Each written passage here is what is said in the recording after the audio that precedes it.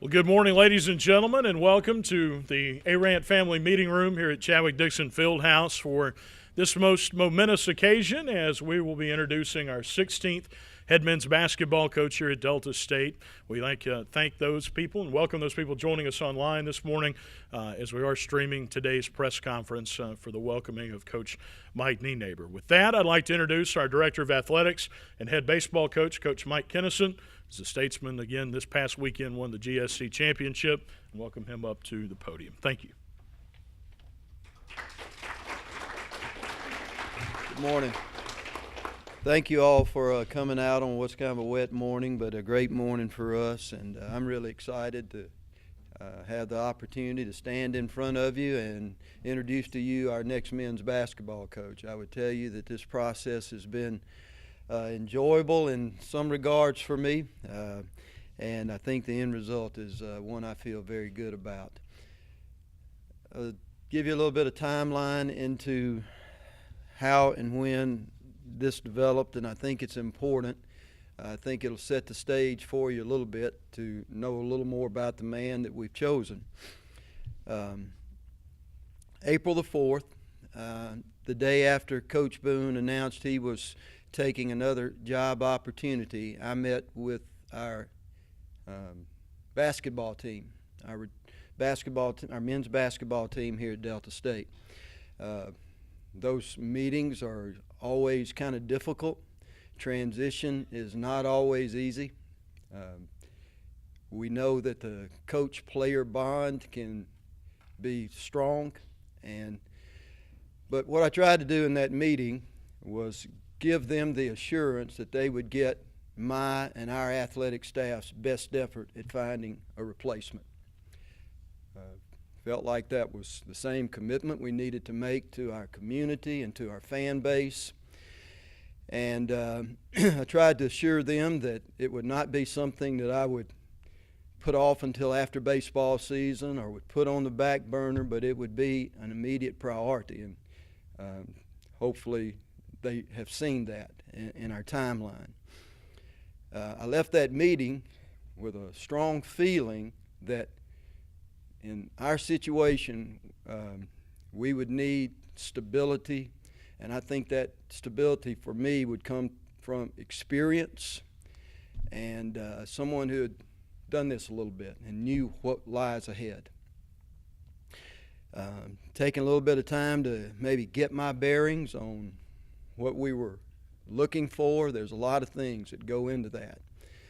Obviously, we want people of character and quality. We want people who can win at this level.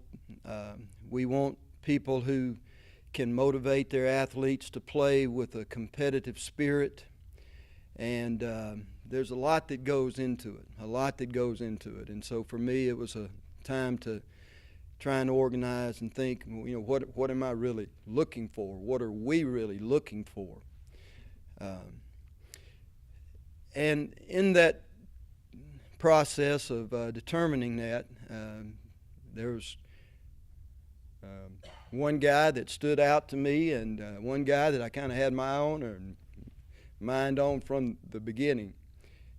Did not know if he would be interested, but pursued the route of asking for permission to talk with Mike Nienaber at Christian Brothers. And when you've been at a university for 20 years, I know this as a fact, it's never easy to think about leaving, and probably wasn't really on his radar. But had an enjoyable series of conversations with him about our opportunity here, and was pleased to learn after some cultivation that he did have some interest in our position. Over the 2 weeks that transpired after that, I learned that this was a very attractive job to a lot of people. We had, and I think it should make all of us here feel good about that this morning. There was great response to this open position. There were quality people, and there were a lot of directions to go. And for 2 weeks, I engaged that of talking with people and trying to determine who was the best fit for our university at this time. And again, I want to make very clear this morning that that job is attractive because of what our previous basketball coaches have done here. I give great credit in particular to the two who have been here most recently, Steve Reeves, who spent 17 years here building through this program, and Coach Jim Boone, who spent 6 years with us and certainly established this program as a winner in the Gulf South Conference. And because of their work and their effort, this was an attractive job that attracted some quality applicants. But over that 2-week process, none of them could, in my mind, move Mike Nienaber out of the #1 spot. And I think that assurance for me assures me that this is a great fit for us. Mike made a visit here to campus on April 25th as our preferred candidate. I felt like as we went through that visit that day with athletic staff, fellow coaches, our president, and visiting with our returning team, that it just cemented for me that if we could attract him, if we could get him to take this position, he would be the right person for the job.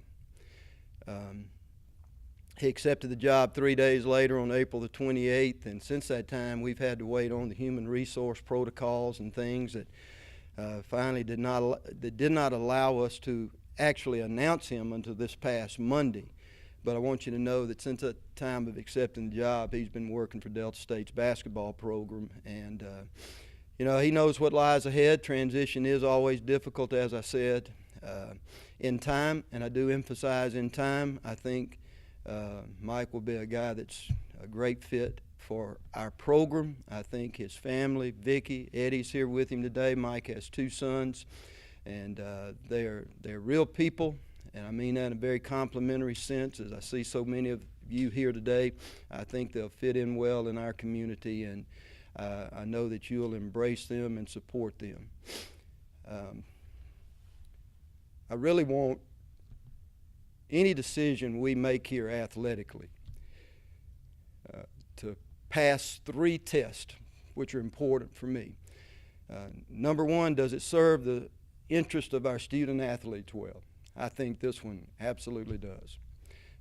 I think for someone who's had the experience and been able to win at this level, knows this league, is not afraid of this league, knows the coaches in this league, it's going to serve those student athletes who play under him really well. The second one is, does it satisfy the needs of our fan, alumni, donor base?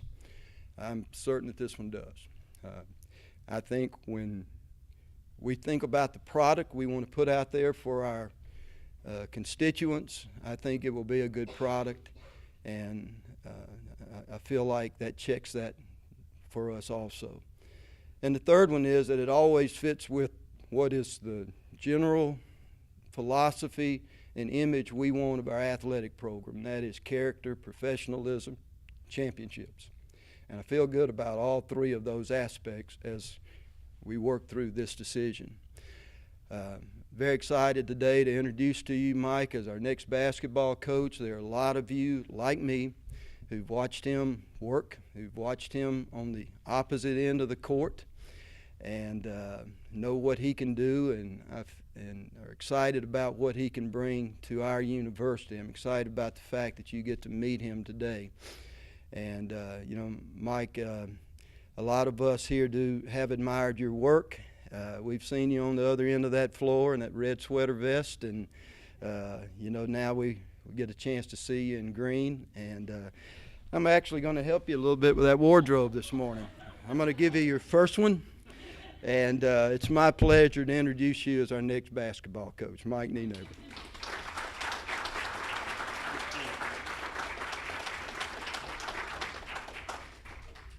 Well, I feel like somebody that just won an Oscar or something. There's so many people that I have to thank, and I'm not sure how much, if I'm going to get them all. But of course, first of all, Coach Kennison, President LaForge, it was good. I had a great visit, I felt like, and I know my wife, when we got done with the day, I think I know she was more excited than I was.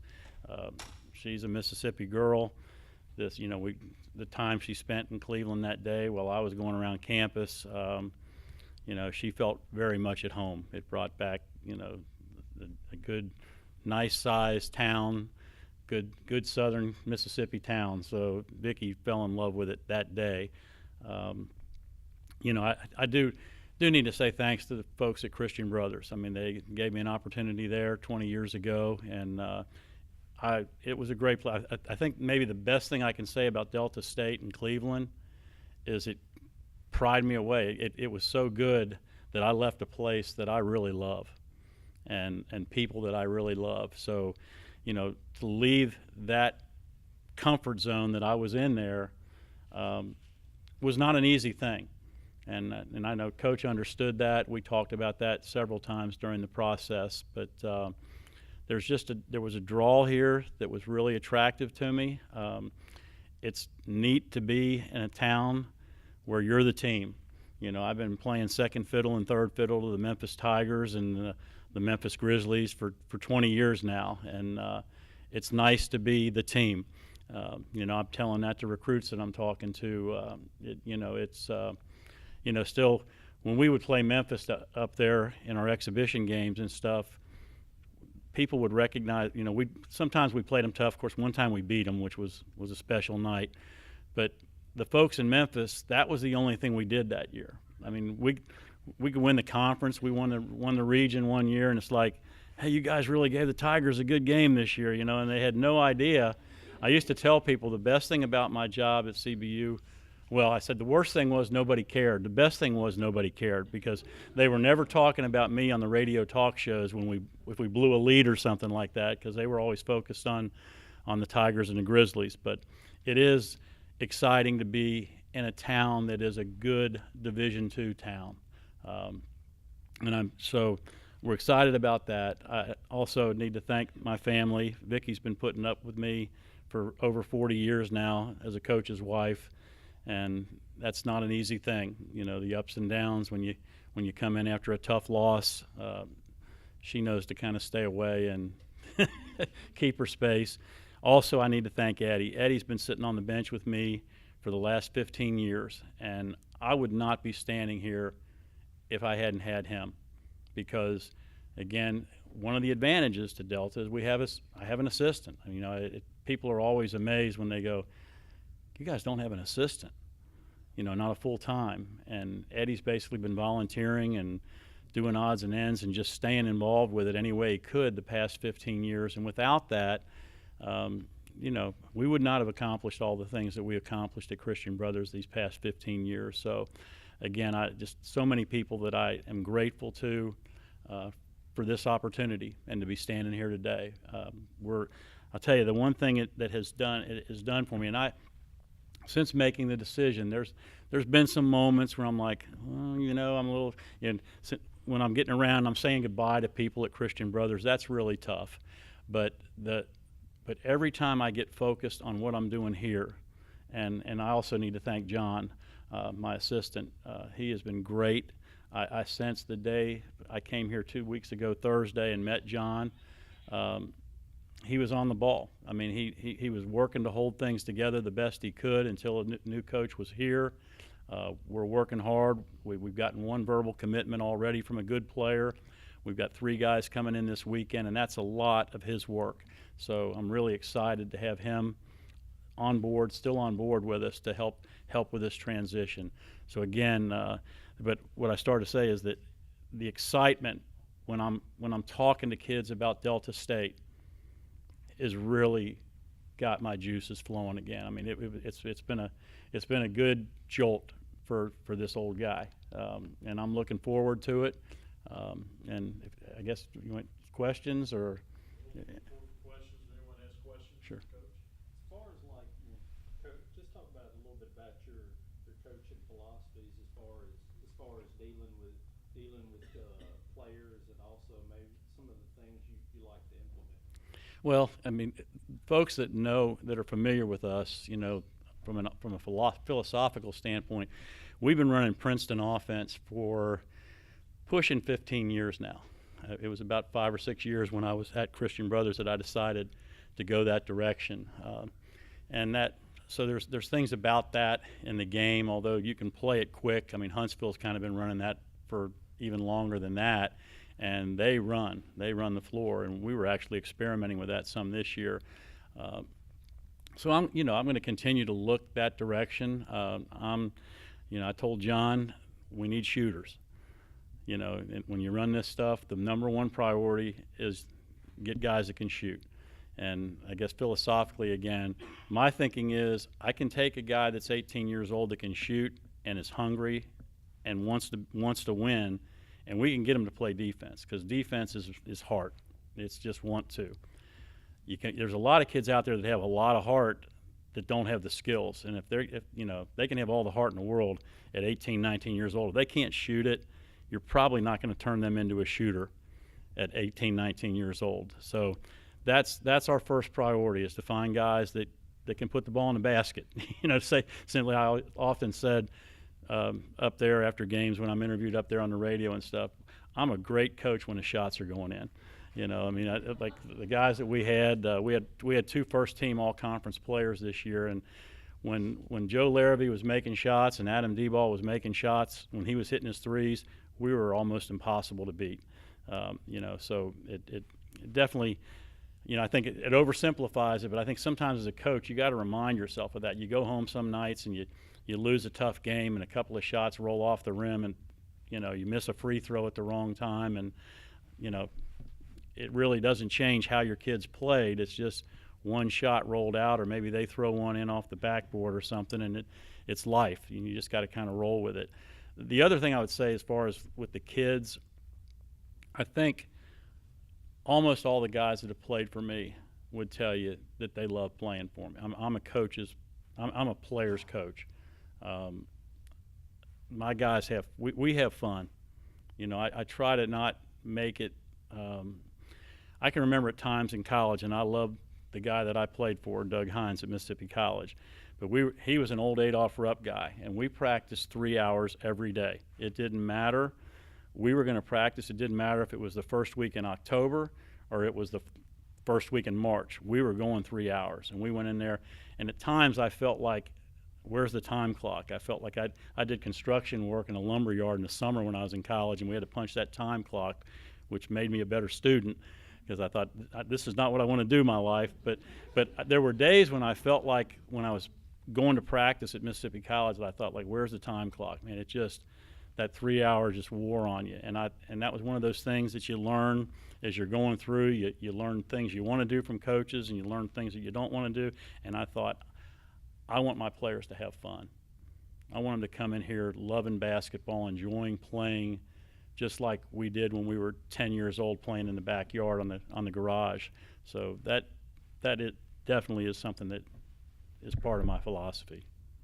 From just, of course, in your time at Christian Brothers coaching against DSU, and just kind of from time to time coming through the area, what are some of the things you've heard about the talent from around here? Because I know the Delta's always been known for a lot of terrific talent.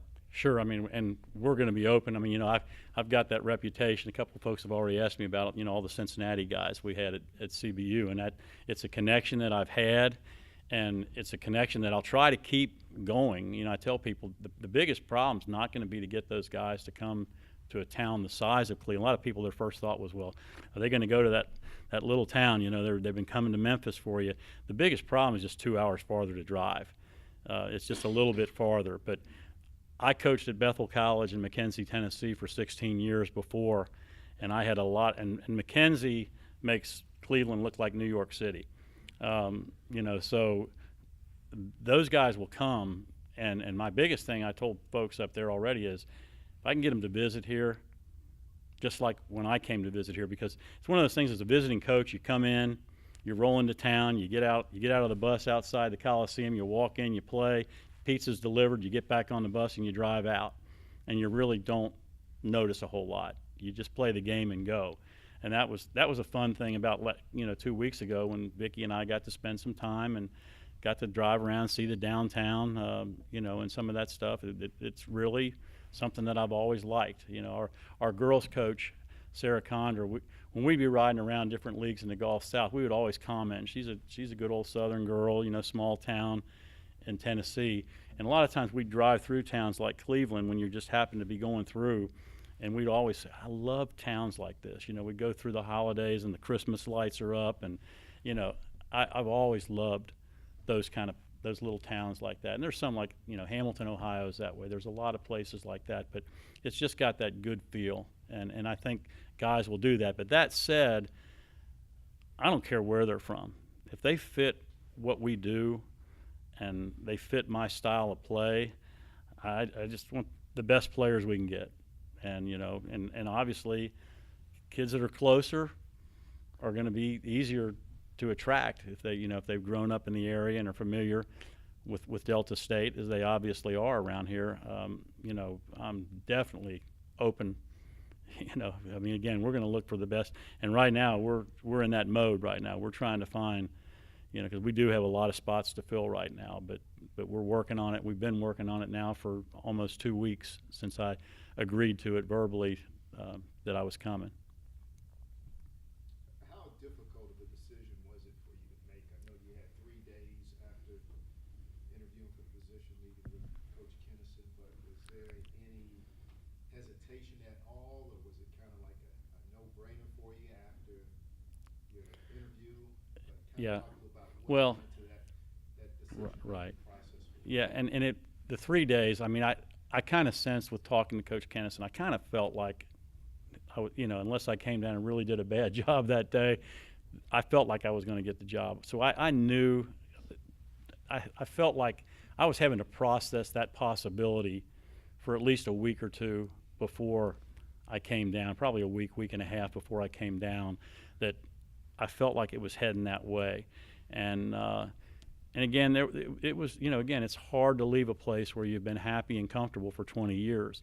So that was the biggest part. And again, I think, again, what speaks so much of Delta is that I did it. You know, I was willing to do it. A lot of people that know me, they're shocked. They were shocked. Some of my family, my brothers up in Ohio, were like, "He's really leaving." You know, it's like he's going to do it. And they were betting online with each other.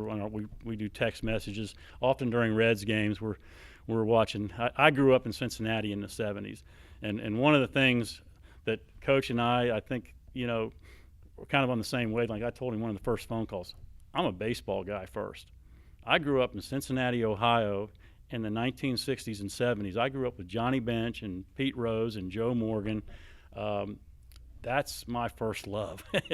I just couldn't hit. So therefore, I couldn't hit, so my baseball career ended my sophomore year of high school because I couldn't scratch. But I was a pretty good defensive outfielder, but that doesn't get you in the game when you can't swing the bat. But again, I loved it. And now I'm rambling and I forgot what I was talking about. But again, it was difficult in some ways. Probably Eddie and Mike, and of course my oldest son Mike worked here with Matt for 2 years, was a grad assistant here. When at the time I was coaching, you know, obviously still at CBU, and it's kind of cool because we'd gotten a bunch of stuff. I still got a couple. I got a couple of green. I think Mike had it, and I think at that time Jason Connor got on him one day because he had a green CBU basketball shirt. And I got it one year because we had so many things, you know, some of the stuff we're getting, and I said I got it for St. Patrick's Day, to wear it on St. Patrick's Day, and I got a green sweatshirt that I wear, and you know, that's got that. And Mike wore it one time, but again, he was down here and he loved the 2 years he was here. And then Eddie, really that Saturday, we had Mike on speaker, and Eddie and Mike were just kind of the no-brainer phrase. That's where they were coming. Dad, you got to do this. This is a no-brainer. And as I was sitting and listening to their obvious arguments, it became more and more apparent to me that this was what I needed to do. And I will say too, I mean, I felt like when I went from Bethel to CBU, I'd been at Bethel 16 years, so I'm not a guy that's, as a coach, that has been always kind of looking to see where my next job might be. I updated my resume here the day after I accepted the job, and I had to update it from back when I was at Bethel because I didn't do a resume when I went to CBU. So it's just not in my DNA. And it was difficult to leave Bethel, but at the end of the day, I felt like when I went to CBU, it was a door that God opened that I didn't even knock. He opened it, and I felt like he wanted me to go through it. And I think the same thing went through my mind as I was making the final decision on this. I felt like it was just something that I didn't go looking for, but for some reason he opened this door and opened this opportunity, and I felt like I needed to go through it. And then again, I had a lot of encouragement from a lot of friends and people close to me that said, "Hey, it's an opportunity you need to take advantage of." And again, like I said earlier, I'm really excited. I feel myself, again, after doing it for 20 years, you kind of get in a rut a little bit sometimes, and I definitely did at times. I'm energized by this, and really looking forward to moving forward with the job.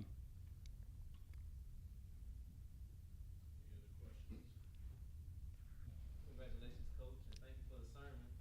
Thank What's your plan to draw and acquire students in our area? Well, we're going to be open, like I said. I don't necessarily go out just with the focus of do everything we can to get local just for the sake of local. But now, on the other hand, if I'm looking at 2-3 kids and one of them is local and it's close, if they're close in ability, then I'm going to go with the local. I'm going to opt for, because that obviously helps put extra people in the stands if you've got some local kids playing. So that's kind of a common sense thing. So definitely that's something that we would want to do as much as possible. Coach, I had a follow-up question though about the holistic approach you mentioned earlier, being a player's coach. Got over a 90% graduation rate across your career for all your students, over 27 academic All-American type players. Talk about that development of the whole student. It's not just a basketball player. You're developing them for life. Right, and I have to give, I tell them, when I would bring recruits into CBU, I would always tell them when I'd be sitting there with their parents that our graduation rate, my graduation rate as a coach, is a lot more reflective of who I recruit.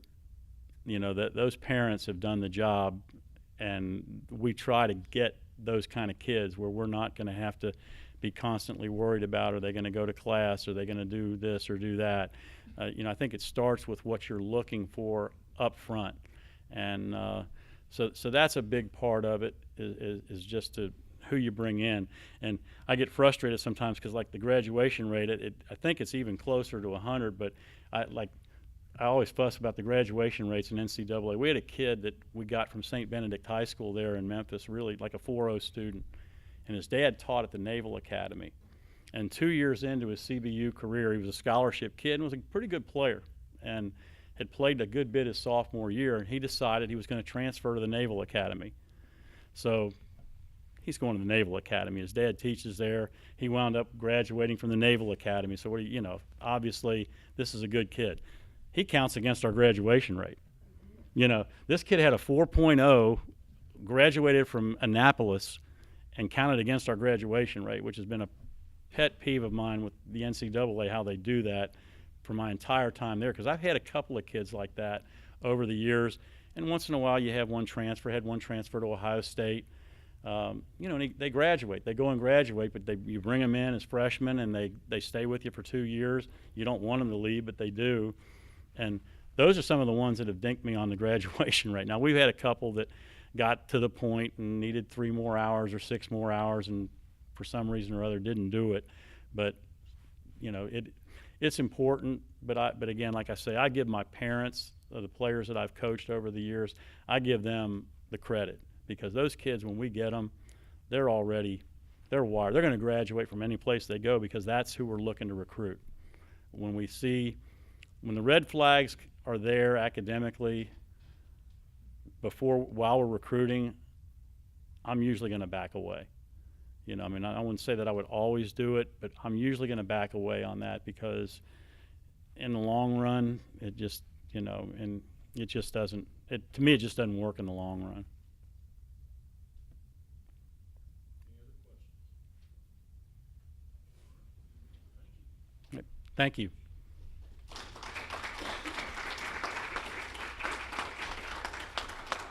Again, thank you all for coming today. Coach Nienaber and his family will be up front if you'd like to come by and introduce yourself and say hello. We also have an opportunity to for some pictures with him and Coach Kennison and whatnot. So thank you for joining us. Thank you for joining us online. And again, excited to have Coach Mike Nienaber and his family a part of the Delta State family.